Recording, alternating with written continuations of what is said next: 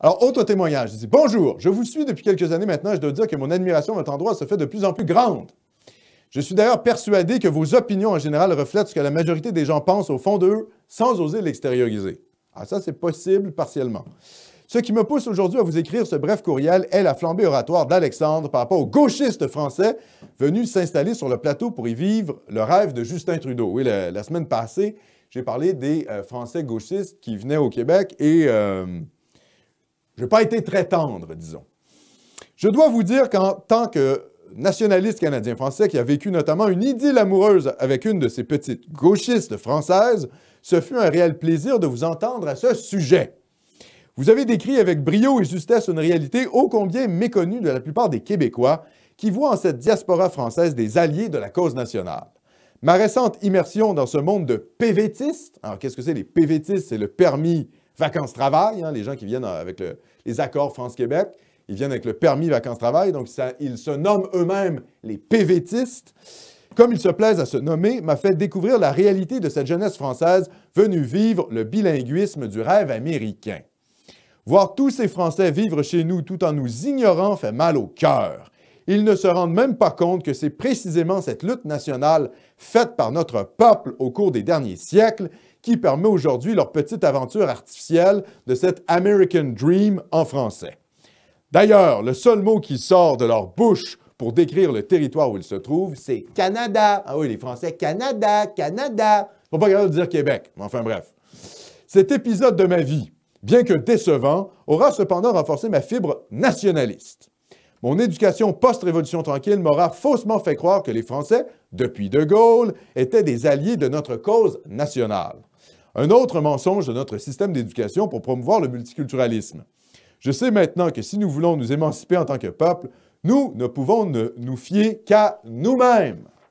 Bref, continuez votre travail colossal. Je tente du mieux que je peux de vous faire de la publicité auprès de mon entourage, mais force est d'admettre que l'intérêt dans la population pour l'actualité nationaliste se bute à la société de consommation et d'oisiveté. Mais comme vous dites, ne tombons pas dans le nihilisme et gardons la foi. Bonne année à toute l'équipe et c'est signé Mathieu. Alors mon cher Mathieu, merci pour ce témoignage, ça confirme ce que je disais précédemment. J'amènerai par contre une petite nuance. Si les Français qu'on reçoit au Québec sont des cosmopolites gauchistes, ça ne veut pas dire que le mouvement souverainiste, et même le Québec en général, ne doit pas entretenir une relation particulière avec la France, qui est notre principal allié sur le plan géopolitique. Donc, plus la France a une volonté de puissance, mieux c'est pour les séparatistes québécois et pour les nationalistes québécois. Donc, et c'est d'ailleurs pour ça que j'ai soutenu Marine Le Pen à l'époque, c'est parce que ça me semblait être le parti, le Front national, le parti qui avait le plus de volonté de puissance pour la France, de rayonnement à l'international. Bon.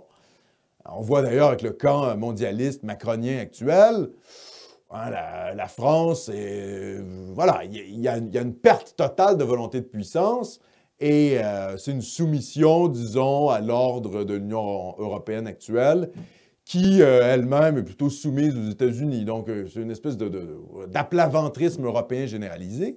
À la limite, si l'Europe était nationaliste sur le plan européen, ça serait déjà pas mal, mais ce n'est même pas le cas. Donc voilà, la France est dans une situation assez catastrophique, mais il faut comprendre que pour nous, il n'en demeure pas moins, peu importe que les Français qui viennent ici soient un peu des gauchistes, quoi, la France demeure ça demeure notre principal allié. Et je rappelle que les indépendantistes américains, hein, les républicains américains qui ont fait la guerre d'indépendance, ils se sont fait aider par qui? Par la France. Donc, même les États-Unis ont eu besoin de la France pour faire leur indépendance face à l'Empire britannique, en quelque sorte, au Royaume-Uni. Donc, il faut bien comprendre qu'un pays, pour qu'il parvienne au pouvoir, il doit être reconnu sur le plan international et il doit avoir des alliés internationaux. Évidemment, la France est sur le Conseil de sécurité de l'ONU, c'est une puissance nucléaire, etc. Donc, c'est important de garder une relation particulière avec la France. Mais il faut séparer la question géopolitique de la question, comment je dirais, sociologique des Français qui débarquent au Québec et qui sont complètement déconnectés de notre lutte nationale et qui viennent ici pour vivre le rêve multiculturaliste de type trudeauiste. Alors, évidemment, c'est insupportable, on est bien d'accord. Alors, merci Mathieu pour ce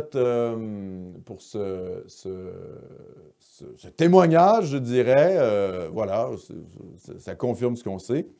C'est agréable quand même de se faire confirmer parfois le réel.